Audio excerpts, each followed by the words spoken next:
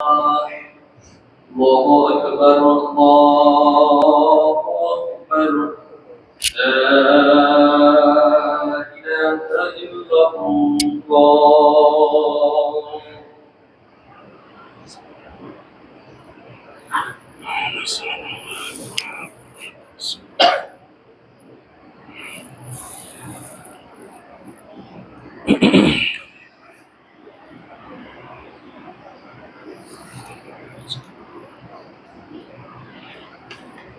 الحمد لله نحمده ونستعينه ونستغفره ونؤمن به ونشكره ولا نكفره ونعادي من يكفره ونعوذ بالله من شرور أنفسنا ومن سيئات أعمالنا من يهده الله فلا مضل له ومن يضلل فلا هادي له ونشهد أن لا إله إلا الله ونشهد أن سيدنا مولانا محمدا عبده ورسوله الذي أرسله بالهدى ودين الحق ليظهره على الدين كله ولو كره الكافرون. أما بعد فإن خير الحديث كتاب الله وخير الهدي هدي محمد صلى الله عليه وسلم وشر الأمور محدثاتها وكل بدعة ضلالة وكل ضلالة في النار. أيها الحاضرون المستمعون الكرام، هذا يوم الجمعة سيد الأيام في الأسبوع. قال الله تعالى في القرآن المجيد: يا أيها الذين آمنوا إذا نودي للصلاة من يوم الجمعة فاسعوا إلى ذكر الله وذروا البيع ذلكم خير لكم إن كنتم تعلمون. وقال رسول الله صلى الله عليه وسلم: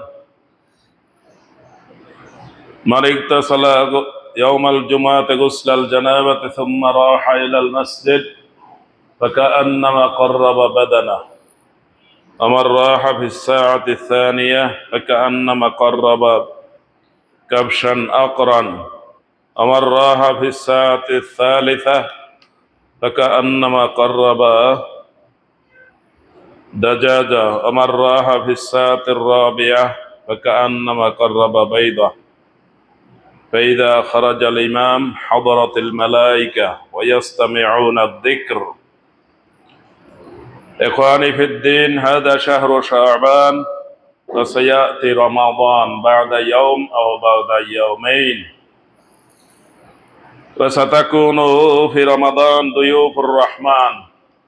علينا أن نتعلم أحكام رمضان والصيام كما جاء في القرآن المجيد. قال الله عز وجل: يا أيها الذين آمنوا كتب عليكم الصيام كما كتب على الذين من قبلكم لعلكم تتقون.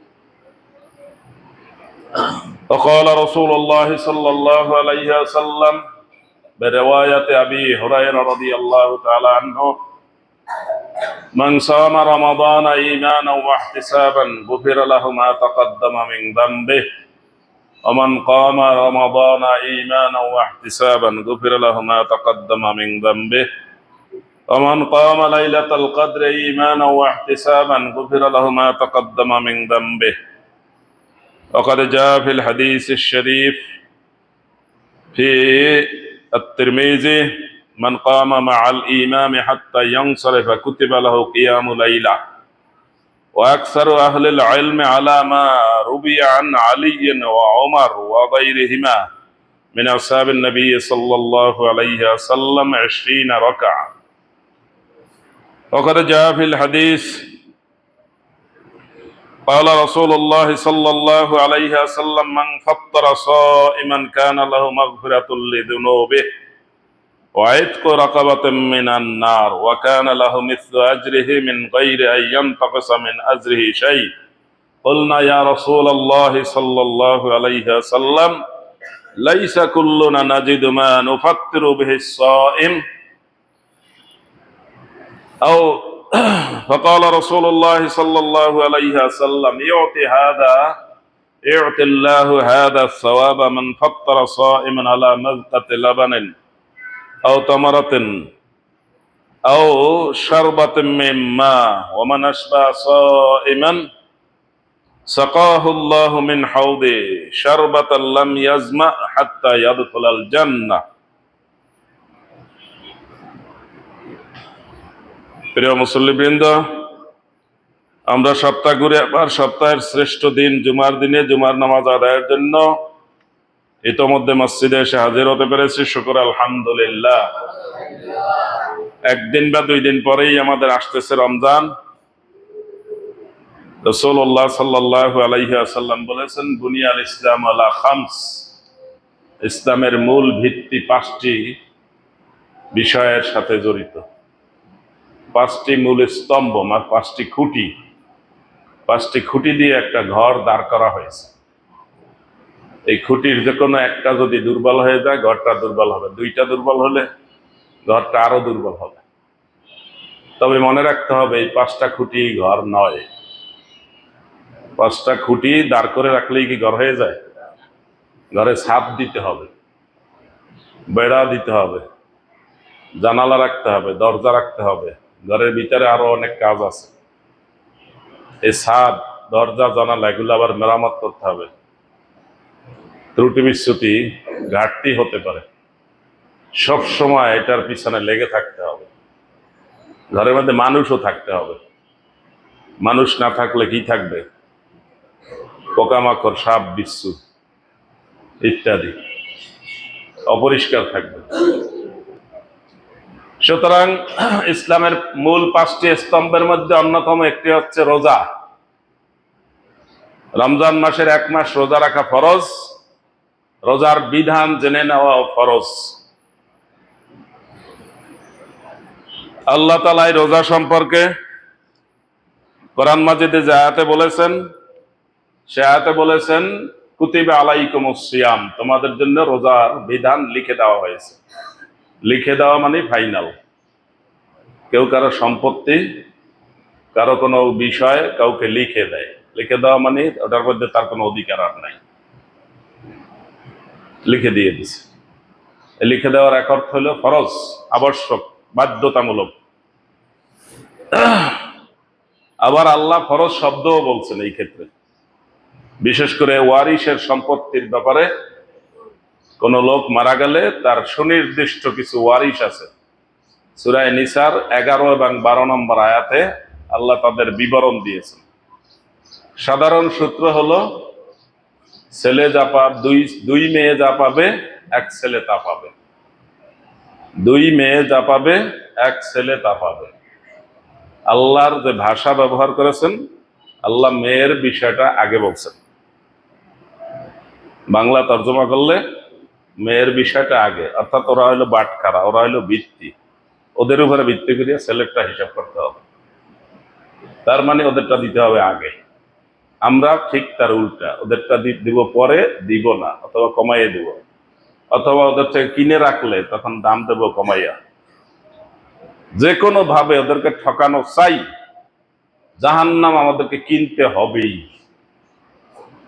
ওদেরকে ঠকানো, কোনো অংশীদারকে ঠকানো মানে কি? জাহান্নাম অবধারিত করা। এবং এই দেওয়া নেওয়ার শব্দটা আল্লাহ নামাজের ব্যাপারে বলছেন কিতাব, রোজার ব্যাপারে বলছেন কুতিবা, হজের ব্যাপারে বলছেন আলান নাস, মানুষের উপরে দায়িত্ব। যার সক্ষমতা আছে সে মক্কায় গিয়ে হজ করবে। শব্দ বলছেন আলা। সিয়ামের ব্যাপারে বলেছেন কুতিবা, লিখে দেওয়া হয়েছে। নামাজের ব্যাপারে বলেছেন কিতাবান, ওটা ওই লিখে দেওয়ার অর্থে। কিন্তু অংশীদারের অংশের বেলায় বলেছেন ফারিদা, ফরজ। এটা কি? দেওয়া নেওয়া ফরজ। জীবিত ছেলেরা যদি বলে আমি দেব কি, আমি মালিক না, এ কথা চলবে না। সে বাপের ঘরে আছে। আর মেয়েরা যদি বলে আমি নেব না, আমি বাপের বাড়ির সম্পত্তি খাবো না, এটা খাইলে গরিবী অবস্থা ছাড়ে না,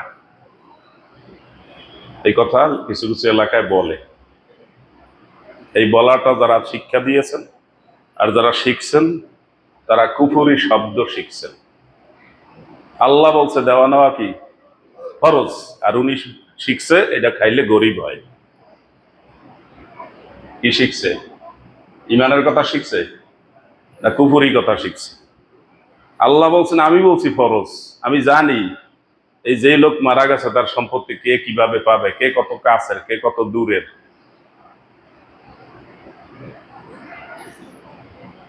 সেই জন্য আমি ভাগ করে দিয়েছি এইভাবে, আবাউকুম ওয়া আবনাউকুম লা তাদরুনা আইয়ুহুম আকরাবু লাকুম নাফআন ফরিদাতাম মিনাল্লাহ। তোমাদের বাবার উপরে যারা আছে অর্থাৎ উপরের দিকে, ওয়া আবনাউকুম তোমাদের সন্তান, সন্তানের সন্তান নিচের দিকে, মৃত ব্যক্তি মাঝখানে, তার উপরের আত্মীয় স্বজন, তার নিচের আত্মীয় স্বজন, কে তার খুব কাছের, কে তার খুব ঘনিষ্ঠ, কার কি হক, এই সম্পর্কে সবচাইতে ভালো জানেন কে? সৃষ্টিকার আল্লাহ। জানেন কে? আল্লাহ। আর যদি কোনো মানুষের হাতে দেওয়া হয়, সে প্রথমে মেয়েদেরকে না দেওয়ার চিন্তা করবে, কারণ তারা জানে ওইটা পরের সওদা, পরকে বুঝিয়ে দিছি, ওরা বুঝবে নাকি? পরের সওদা বলে তো, পরের সওদা বোঝেন না? দোকান থেকে যা কিনেন এটার নাম কি? সওদা, সদায়। এটা আর একজনকে দিয়ে দিচ্ছি, দায়িত্ব শেষ। এখনো খাইয়ে থাক না খাইয়ে থাক, ওর জন্য দোয়া করবো, মক্কায় যাইয়ে ভালো করে দোয়া করবো। আর ছেলেদেরটা ওটা আমার দায়িত্বে রাখতে হবে।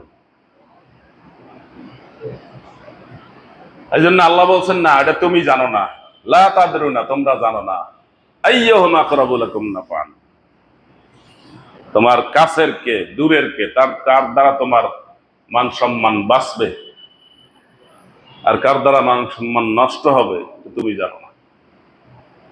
কে জানে? আল্লাহ। স্রষ্টা কে? আল্লাহ। জানে কে? আল্লাহ। নিরপেক্ষ কে? আল্লাহ। সুতরাং আল্লাহ ভাগ করে দিয়েছেন এবং বলছেন ফরজ। শব্দটা বলছেন কি? ফরজ। আর রমজানের ব্যাপারে বলছেন কুতিবা, তোমাদেরকে লিখে দিছি, এটার অর্থ ফরজ। রোজার বিধান ফরজ করে আল্লাহ বলছেন তোমাদের পূর্ববর্তীদের জন্য রোজা ফরজ ছিল। রোজা থাকা কষ্টকর। সুবহে সাদেক থেকে সূর্যাস্ত পর্যন্ত খাদ্য গ্রহণ করা যাবে না, পানি গ্রহণ করা যাবে না, পানি পান করা যাবে না, জৈবিক চাহিদা পূরণ করা যাবে না যেটা হালাল। এরপর আরো কিছু, মুখটারে পবিত্র রাখতে হবে, গালাগালি করা যাবে না, ঝগড়া করা যাবে না। 1 মাস প্র্যাকটিস করতে হবে এই সমস্ত সব পাপ তাপ মুক্ত হইয়া কিভাবে থাকা যায়, কষ্ট করিয়া প্র্যাকটিস করতে হবে, অভ্যাস করতে হবে। এই 1 মাস অভ্যাস করিয়া বাকি 11 মাস চালাইতে হবে। সুতরাং রোজা থাকা কষ্ট। এই জন্য আল্লাহ একটা উদাহরণ দিয়েছেন যে তোমাদের আগেও এটা ছিল, কষ্ট মনে করে তোমরা মনে করো না যে তোমাদের জন্য একটা কষ্টের বিধান চাপিয়ে দেওয়া হয়েছে। আর এই বিধান দিয়ে আল্লাহ কি বলছেন? লাআল্লাকুম তাত্তাকুন, এই বিধানের মাধ্যমে অবশ্যই তোমরা রোজার মাধ্যমে মুত্তাকি হবে। কেন রোজার মাধ্যমে মুত্তাকি হবে? একজন লোক রোজা থাকে কে জানে? একজন মানুষ রোজারা আছে কে জানে? সে নিজে জানে আর আল্লাহ জানে। আর দুনিয়ার কোন সাক্ষী আছে? আপনি বাংলাদেশের 1 নম্বর আল্লাহর ওলি যারে মনে করেন উনি যে রোজা আছে এটা আপনি নিশ্চিত জানেন তো? কিভাবে জানবেন? আপনি কোন সাথে 24 ঘন্টা থাকেন বা এই সাহারি থেকে সূর্যাস্ত পর্যন্ত ওনার পাশে দাঁড়াই থাকেন, থাকা সম্ভব? সুতরাং রাসূলুল্লাহ সাল্লাল্লাহু আলাইহি ওয়াসাল্লাম বিষয়টা খুব সুন্দর ভাবে বলেছেন, কুল্লু আমাল ইবনে আদম ইউদাআফুল হাসানাতু বিআশরি আমসালিহা ইলা 700 দা'ফ قال الله عز وجل إلا الصوم فإنه لي وأنا أجزي به। রাসূলুল্লাহ সাল্লাল্লাহু আলাইহি ওয়াসাল্লাম খুব সুন্দর ভাবে বলে দিয়েছেন যে একজন ইমানদার বান্দা, একজন ইমানদার মুসলমান যে নেক আমল করে তাকে তার 10 গুণ থেকে 700 গুণ সওয়াব বাড়িয়ে দেওয়া হয়। কমপক্ষে কয় গুণ? 10 গুণ। কোরআন মাজিদে আল্লাহ বলেছেন, মান জাআ বিল হাসানাতি ফালাহু আশরু আমসালিহা, যে একটা ভালো কাজ করবে তাকে তার 10 গুণ সওয়াব দেওয়া হবে। দানের ক্ষেত্রে আল্লাহ বলেছেন, আল্লাযীনা ইউনফিকুনা আমওয়ালাহুম ফি সাবিলিল্লাহি কাহাব্বাতিন মাসালুহুম কাহাব্বা।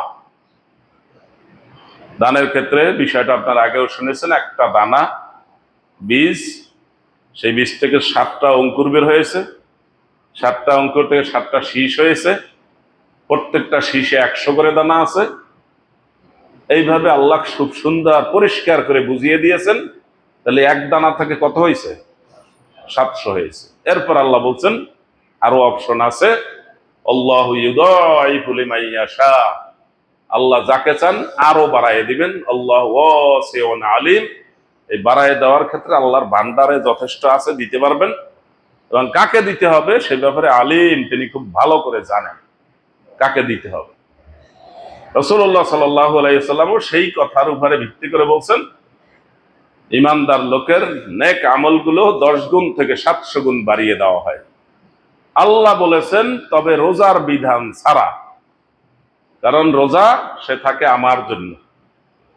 আমরা রোজা থাকবো কার জন্য? আল্লাহর জন্য। এই জন্য আল্লাহ এটার সওয়াব দিবেন। কি দিবেন তা বলেন নাই, কারণ এটার সাক্ষী কে? একমাত্র আল্লাহ। আল্লাহ জানেন যে আপনি রোজা আছেন কিনা। আল্লাহ জানেন আপনি রোজা থাকার পরে মুখ দিয়া আজে বাজে কথা, মিথ্যা কথা, ধোঁকা, প্রতারণা, এগুলা কয়টা করছে। এই যেমন রমজান এসে গেছে, মরিচের কেজি 40 টাকা থেকে কয় টাকা হয়ে গেছে? কয় টাকা? কেউ কেনেন নাই? আমাকে একজনটি বললো 80 টাকা হয়ে গেছে নাকি।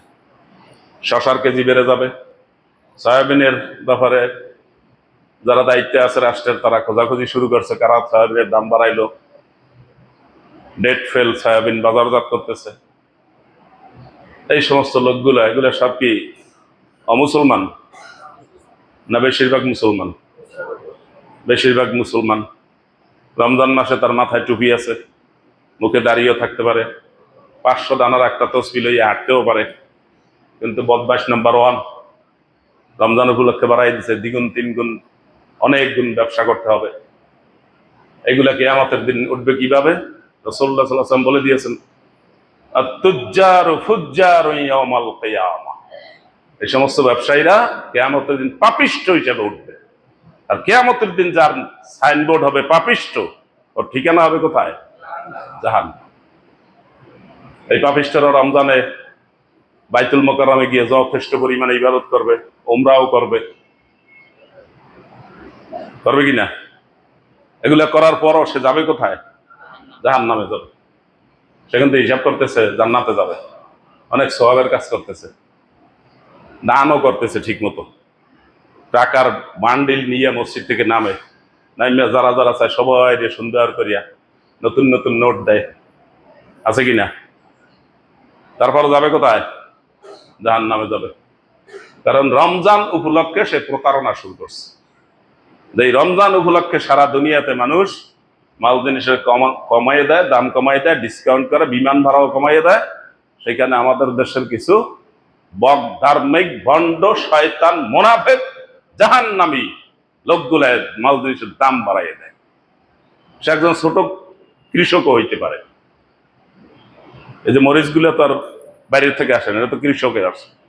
সে সুন্দর করিয়া গতকালকে নিচে 40 টাকা, আজকে এই বাজারে যায় কেবে না, 60 টাকার নিচে দেওয়া যাবে না, কারণ সে জানে রমজান আসছে লোকেরা কিনবে।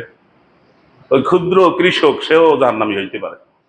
রমজান উপলক্ষে সে যদি এইভাবে কারসাজি করে বাড়াই দেয়, তুজ্জার ফুজ্জার ইয়াউমাল কিয়ামা। রাসূলুল্লাহ সাল্লাল্লাহু আলাইহি ওয়াসাল্লাম বলেছেন, ভালো ব্যবসায়ী নবীদের সাথে শহীদদের সাথে জান্নাতে ঢুকবে, আর খারাপ ব্যবসায়ী জাহান্নামে ঢুকবে। এই শয়তানেরা টুপি মাথায় দিয়ে রমজান মাসে যত ধার্মিক সাজে, এই শয়তানগুলোর ঠিকানা হবে জাহান্নাম। মুনাফিক 2 প্রকার। মুনাফিক কয় প্রকার? আপনারা জানেন তো 3 প্রকার না, 4 প্রকারও কেউ কেউ জানেন। এগুলো হলো আলামত, লক্ষণ। আপনি যেটা জানেন সেটা কি? আলামত, লক্ষণ, দোষ।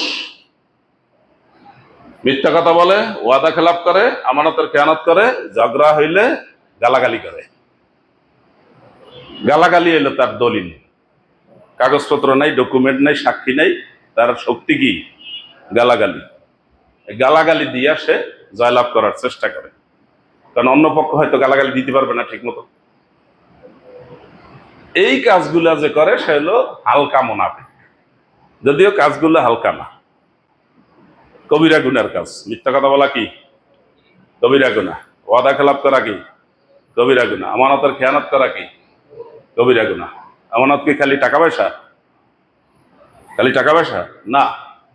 আমানত, আপনি একটা গোপন কথা একজনের কাছে পরামর্শ করতে গেছেন, একটা সমস্যায় পড়ে, সেটাও একটা আমানত। সে কি করলো? এই মুহূর্তে আপনাকে বিপদে ফেলার জন্য আপনার যে শত্রু তারে জানাই দিল। কি করলো সে? আমানতের 100% খেয়ানত করলো। সবচেয়ে বড় আমানতের খেয়ানত কোনটা? একজন এসে জিজ্ঞাসা করছে, ইয়া রাসূলুল্লাহ, মাতা সাআ, কিয়ামত কখন হবে? রাসূলুল্লাহ সাল্লাল্লাহু আলাইহি ওয়াসাল্লাম বললেন, ইজা দুইয়াতিল আমানাহ, তখন আমানতের খেয়ানত হবে, তখন কিয়ামত কাছে যাবে, যে কোনো সময় হবে। আবার জিজ্ঞাসা করছে, ইয়া রাসূল, আমানতের খেয়ানত এটা বুঝবো কিভাবে? রাসূলুল্লাহ সাল্লাল্লাহু আলাইহি ওয়াসাল্লাম বললেন, ইজা উসসিদাল আমরু ইলা গায়রি আহলি, যখন কোন দায়িত্ব দেওয়া হবে অপাত্রে, যে যেটার দায়িত্বশীল হতে পারবে না, পারে না, যোগ্যতা নাই, আমানতদারিতা নাই, সততা নাই, সেরকম বন্ড শয়তানকে দায়িত্ব দেওয়া হবে। আছে কিনা? নাই। মসজিদের ইমাম নিয়োগ করার সময় ইমাম সাহেবের জামা মাপে, তার দাড়ি মাপে, তার চুল মাপে, তার টুপি মাপে।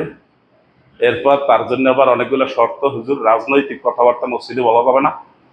সব মুসল্লি রাজনৈতিক কাজ করতে পারবে, কিন্তু ইমাম সাহেব করতে পারবে না। ইমাম সাহেবরে বানানো হবে কি? বাপুরাম সাপুরে, নাকি? বাপুরাম সাপুরে, কোথায় যাস বাপুরে, আছে না?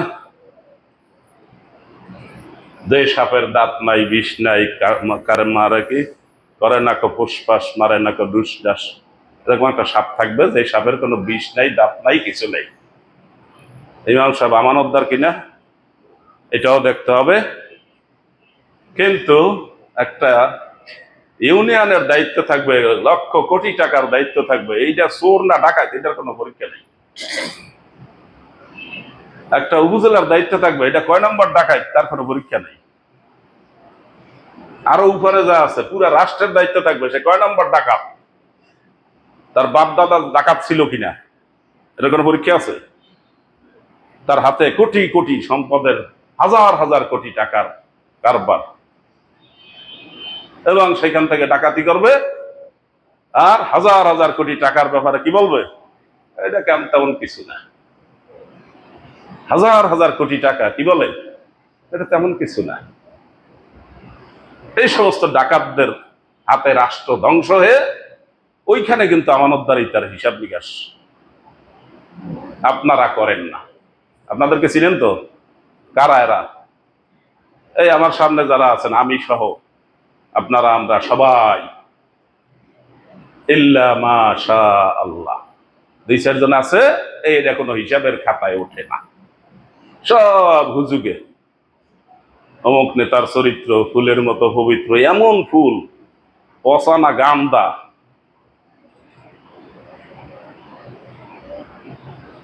রাসূলুল্লাহ সাল্লাল্লাহু আলাইহি ওয়াসাল্লাম বললেন, আমানতের যখন খেয়ানত হবে, যখন অপাত্রে দায়িত্ব দেওয়া হবে, চোর ডাকাতের হাতে রাষ্ট্রের দায়িত্ব দেওয়া হবে, কোটি কোটি টাকা আমানতের বিষয়,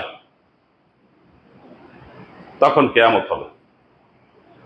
সুতরাং আমানতের খেয়ানত কি খালি আপনার কাছে কিছু টাকা রাখছি আর মাটিয়ে খাইয়ে ফেলাইছেন, এইটা ব্যক্তিগত। ব্যক্তিগত আমানতের গুরুত্ব বেশি না রাষ্ট্রের আমানতের গুরুত্ব বেশি? রাষ্ট্রের আমার তছনছ হচ্ছে, কাজে এটা আমরা কি করব? আমরা নিরুপায়। সোজা উত্তর হয় নাই। এই যে কবিরা গুনাহ করলে সে ছোটখাটো মুনাফিক। বড় মুনাফিক কোনটা? যেই বড় মুনাফিক ইসলামটাকে সাইনবোর্ড হিসাবে ব্যবহার করে, ভিতরে তার কি ঈমান আমান বলতে কিচ্ছু নাই। যেই মুনাফিক রাসূলুল্লাহ সাল্লাল্লাহু আলাইহি সাল্লামকে আদর্শ মনে করে না, মনে করে অমুক নেতার আদর্শের সৈনিক আমি, ঘোষণাও দেয়, জীবনে একবারও বলে নাই যে আমি রাসূলুল্লাহ সাল্লাল্লাহু আলাইহি সাল্লামের আদর্শের সৈনিক, কিন্তু আমি অমুক চোরের আদর্শের সৈনিক, এটা বলছে জীবনে, সারা জীবন। তার নামে চুরির অভিযোগ আছে, তার বিরুদ্ধে মামলা আছে, সে রাষ্ট্রের হাজার হাজার কোটি টাকা মারিং করছে। মুসলমান কোনো বিপদে পড়লে সে খুশি হয়। মুসলমান মায়ানমারে বিপদে পড়ছে, খুশি। কাশ্মীরে বিপদে আছে, খুশি। ফিলিস্তিনে মুসলমান বিপদে আছে, ইসরায়েলিরা, ইহুদিরা, খ্রিস্টানরা সবাই মিলে তাদেরকে মারে, হত্যা করে, জুলুম করে। জুলুমের শেষ নাই। প্রায় 80 বছর পর্যন্ত এই জুলুম চলতেছে, কাশ্মীরে চলতেছে। এ ব্যাপারে সে খুশি। এ ব্যাপারে তার খুব মনোভূত হইতেছে। সে কি ইমানি মুনাফিক। ওর ঠিকানা কোথায়? জাহান্নামের তলদেশে, খালি জাহান্নামে না।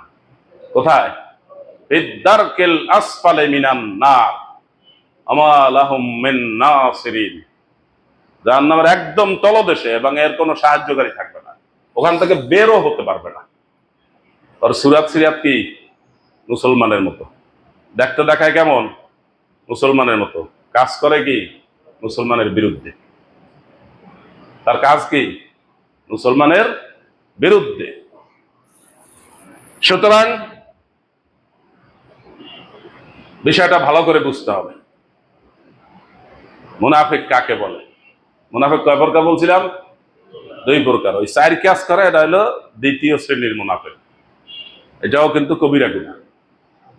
আর বাইরে মুসলমান, ভিতরে মুসলমানের ক্ষতি করে, সুযোগ পাইলেই ক্ষতি করে, মুসলমানদের বিপদে খুশি হয়, মুসলমানদের সফলতায় বেজার হয়, ওটা হলো কাফের মুশরিকের চাইতে খারাপ মুনাফিক।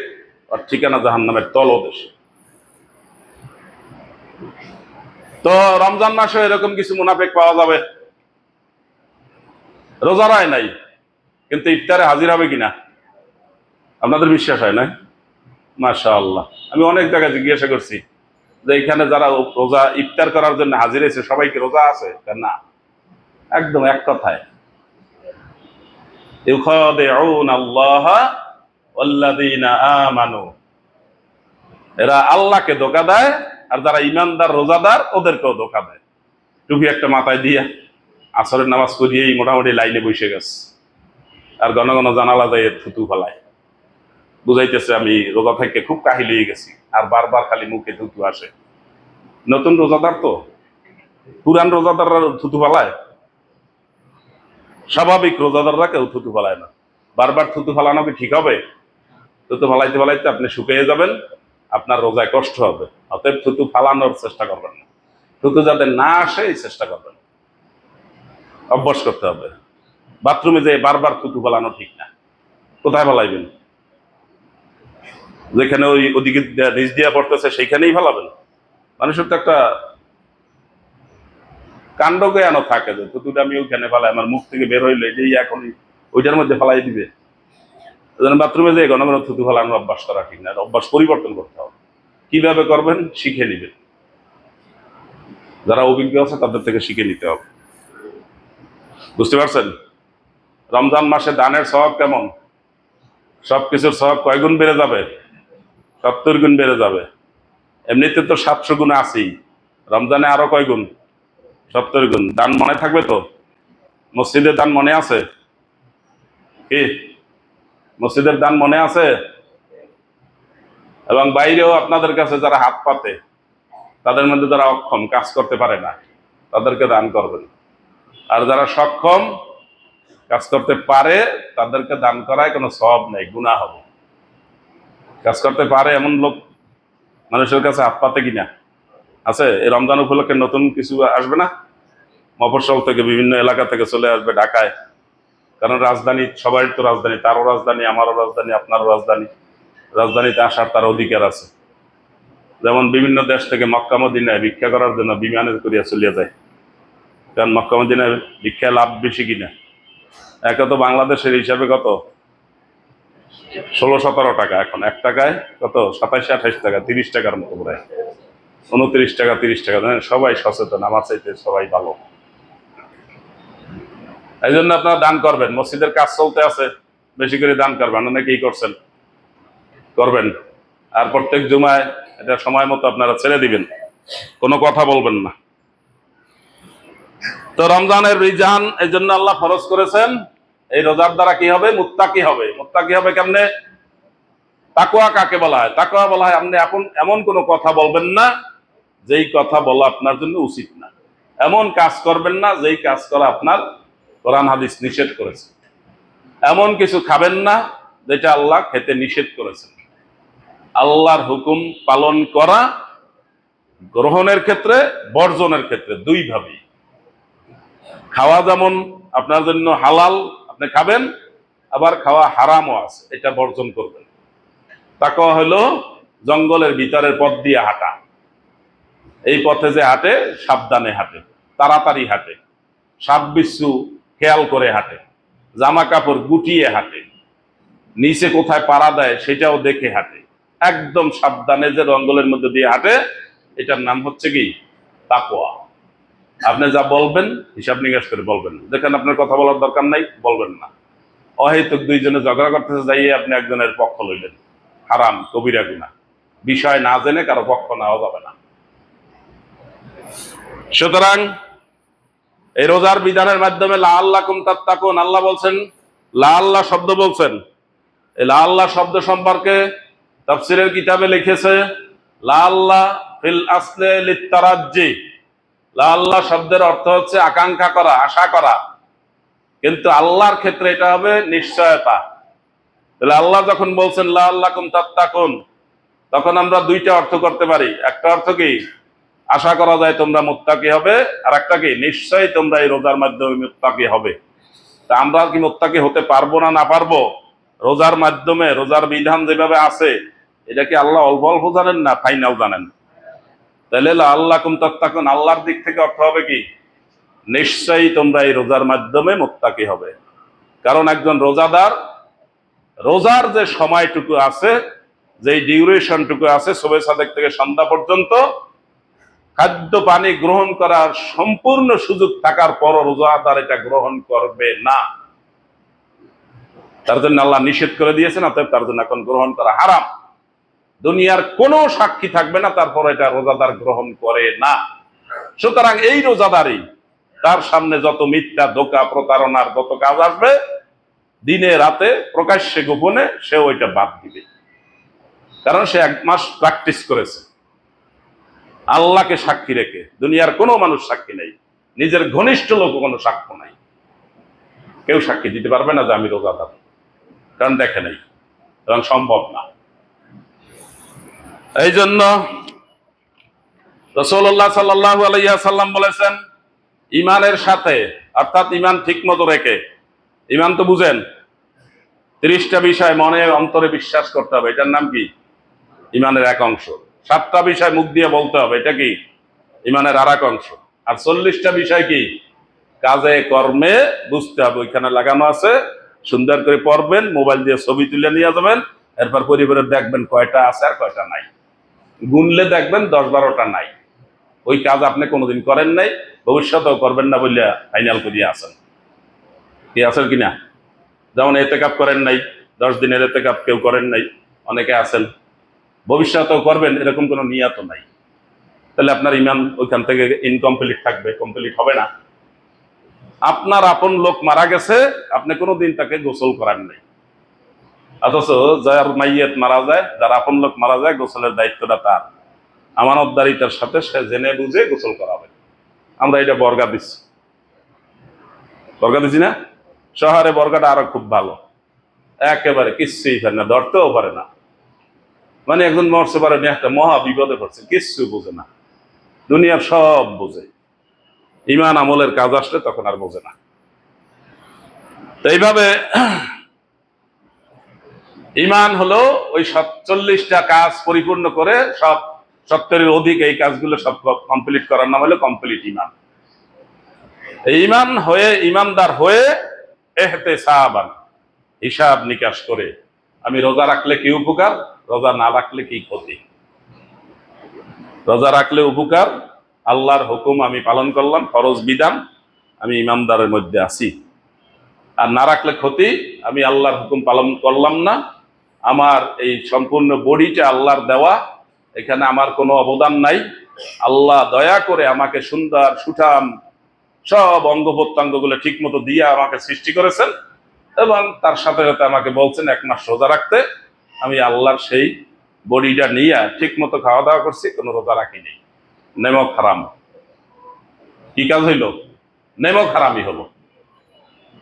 অতএব যদি বুঝেন যে আমার নেমক হারামি, তাহলে আপনি রোজা ছাড়বেন না, তাহলে রোজা থাকবেন, বুঝে শুনে থাকবেন। বুঝে শুনে থাকলে রোজার মাধ্যমে পিছনের গুনাহ আল্লাহ মাফ করে দিবেন।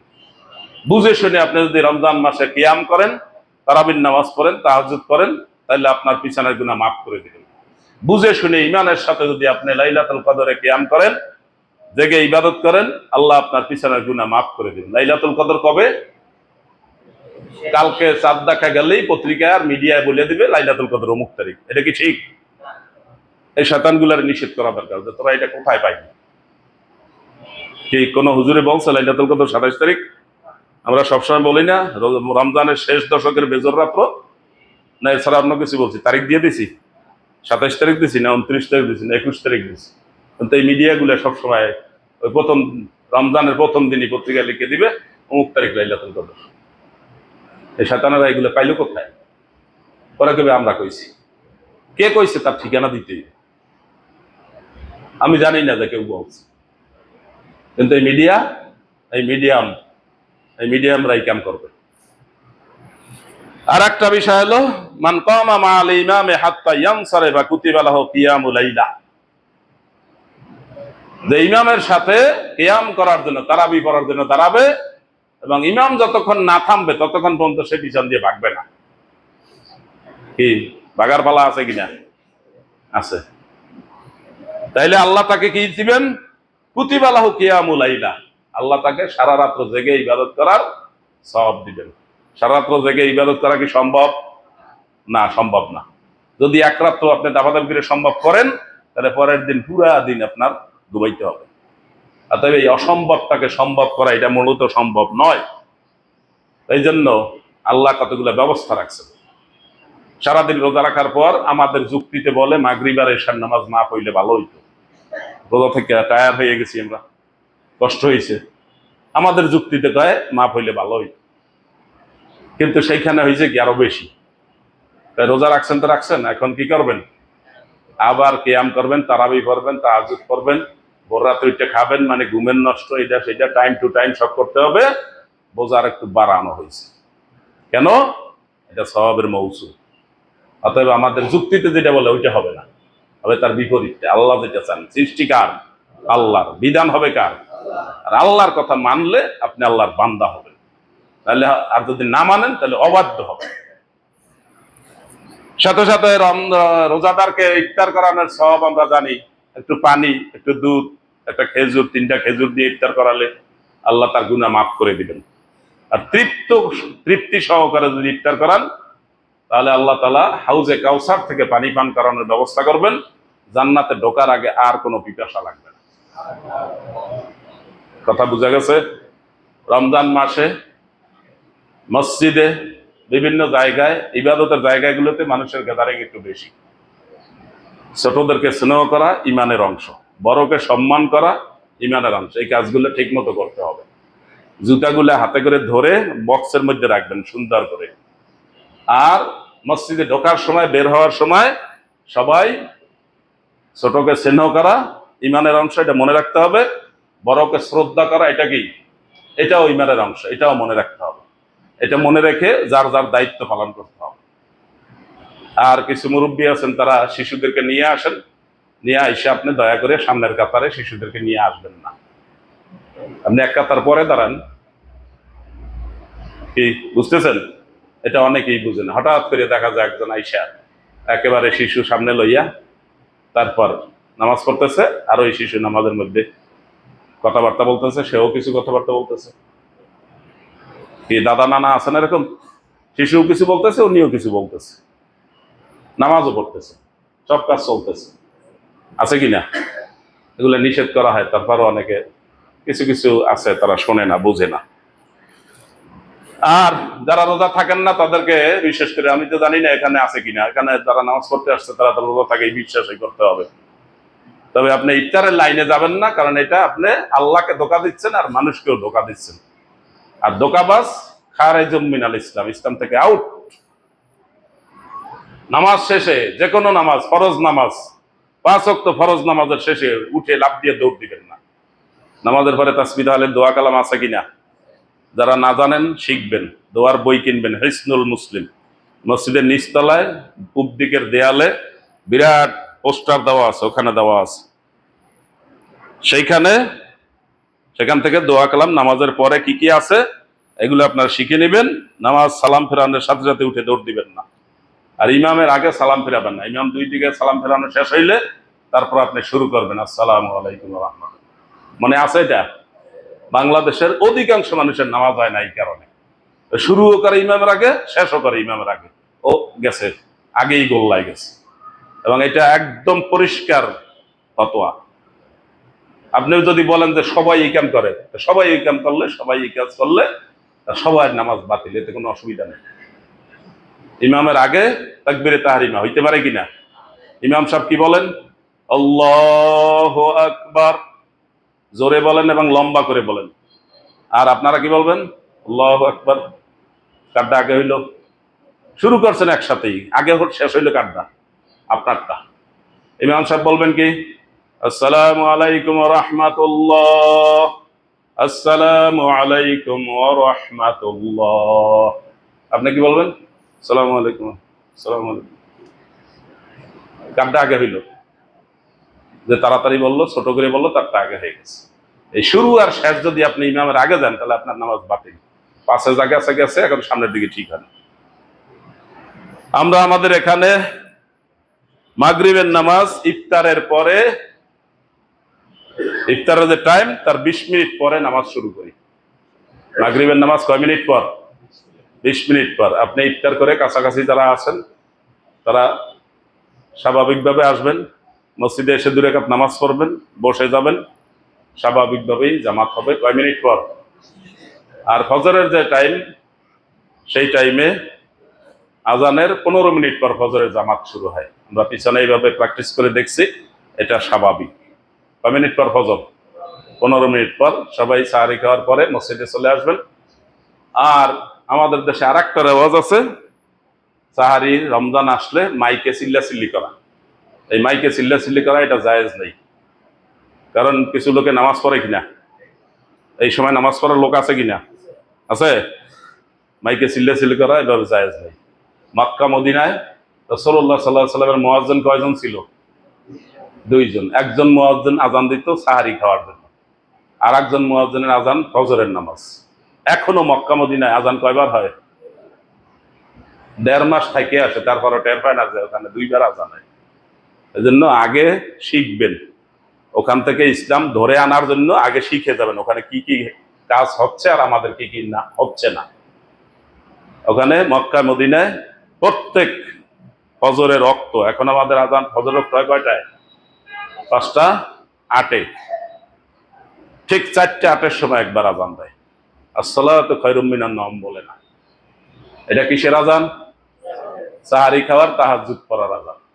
অতএব যাদের মসজিদে চিল্লাচিল্লি করে, ডাকাডাকি করে, একেবারে এখন 3 মিনিট আছে, এখন 2 মিনিট আছে, এখন 1 মিনিট আছে, এখন 30 সেকেন্ড আছে, মাইক একটা পাইয়া কর্তৃপক্ষ আবার বলে দিচ্ছে মুয়াজ্জিন সাহেব আপনি সারাদিন খালি কইতেই থাকবেন।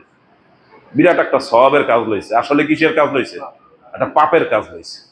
এই মাইকগুলো থামাই দিবেন। এত সতর্ক করার দরকার নেই। প্রত্যেক ভিক্ষুকের কাছেও মোবাইল আছে, মোবাইলে টাইম আছে কিনা? যত সব যেটার কোনো সওয়াব নাই, যেটার কোনো দরকার নাই, সেই কাজগুলো লোকেরা খুব দাবাদাবি করে করতেছে। আল্লাহ তাআলা আমাদেরকে হেদায়েত দান করুন, ঈমান ও ইসলামের কাজগুলো বুঝে শুনে করার তৌফিক দান করুন। হাদা মা ইনদি ওয়াল ইলমু ইনদাল্লাহ সুবহানাকা লা ইলমা লানা ইল্লা মা আল্লামতানা ইন্নাকা আনতাল আলিমুল হাকীম।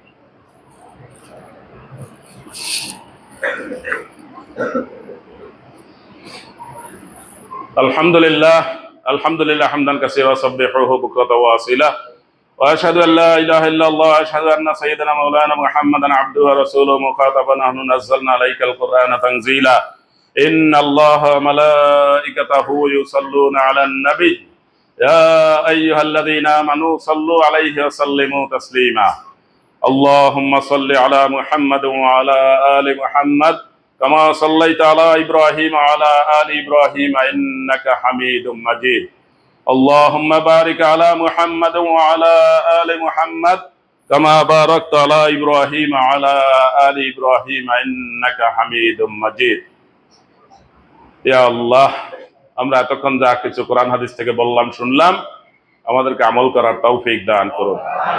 আদম আলাইহিস সালাম থেকে শুরু করে শেষ নবী মুহাম্মদুর রাসূলুল্লাহ সাল্লাল্লাহু আলাইহি ওয়াসাল্লাম পর্যন্ত যত নবী রাসূল দুনিয়াতে এসেছেন, আল্লাহ তাদেরকে জান্নাতে সর্বোচ্চ স্থান দান করুন। ঈমান নিয়ে যারা কবরে চলে গেছেন, আল্লাহ সকলকে তাদের নেক আমলগুলো আল্লাহ কবুল করে নিন, তাদের পাপগুলো মাফ করে দিন। আমরা যারা বেঁচে আছি, আমাদেরকে ঈমান ও আমলের মধ্যে থাকার তৌফিক দান করুন। আল্লাহ রমজান মাস আসছে, রমজানের হক হুকুক আদায় করে আমাদেরকে রোজার মাধ্যমে মুত্তাকি হওয়ার তৌফিক দান করুন। সর্বপ্রকার পাপ থেকে, সর্বপ্রকার অন্যায় থেকে, সর্বপ্রকার জুলুম থেকে, সর্বপ্রকার আমানতের খেয়ানত থেকে, সর্বপ্রকার পাপ থেকে আমরা যেন দূরে থাকতে পারি, সেই তৌফিক দান করুন। রমজানের রোজার হক হুকুক আমাদেরকে সুন্দরভাবে আদায় করার তৌফিক দান করুন। রমজানের পবিত্রতা রক্ষা করার তৌফিক দান করুন। আমাদের শিশুদের যাদের রোজার বয়স হয়েছে, তাদেরকে নিয়ে আমরা সবাই যেন রোজা রাখতে পারি, সেই তৌফিক দান করুন। আল্লাহ আমাদের শিশুদের যাদের রোজা রাখা ফরজ হয়েছে, গার্ডিয়ান হিসাবে আমরা যেন তাদের রোজা মওকুফ করে দিয়ে তাদেরকে রোজা না রাখার ব্যবস্থা যেন না করি। আছে কিনা এরকম লোক? ছেলে পরীক্ষা দিবে, মেয়ে পরীক্ষা দেবে, বলবে তো এই বছর রোজা রাখা লাগবে না। সিদ্ধান্ত দিচ্ছে কে? মা বাবা। উনি কি সিদ্ধান্ত দেওয়ার মালিক? সৃষ্টিকার আল্লাহ। বিধান চলবে কার? আল্লাহ। আপনার ছেলেটা পরীক্ষা দেওয়ার আগে যদি মারা যায়, কি করবেন? ও, চাবিটা কোন জায়গায় এটা মনে নাই। হ্যাঁ, আল্লাহ তাআলা আমাদেরকে বুঝার তৌফিক দান করুন। সুন্দরভাবে রমজানের হক হুকুক আদায় করে তারাবির নামাজ, লাইলাতুল কিয়ামুল লাইল এবং কদরের মর্যাদা রক্ষা করে আমাদেরকে চলার তৌফিক দান করুন। রমজানে দানের সওয়াব অনেক বেশি। রাসূলুল্লাহ সাল্লাল্লাহু আলাইহি সাল্লাম রমজানে বেশুমার দান করতেন। আল্লাহ আমাদেরকে সেভাবে দান করার তৌফিক দান করুন। অক্ষম যারা রয়েছে তাদেরকে দান করার তৌফিক দান করুন। মসজিদ যারা প্রতিষ্ঠা করেছেন, জায়গা দিয়েছেন, জমি দিয়েছেন, টাকা দিয়েছেন, পয়সা দিয়েছেন, মেধা দিয়েছেন, সবাইকে আল্লাহ কবুল করে নিন। সুবহানা রাব্বিকা রাব্বিল ইজ্জাতি আম্মা ইয়াসিফুন ওয়া সালামুন আলাল মুরসালিন আলহামদুলিল্লাহি রাব্বিল আলামিন।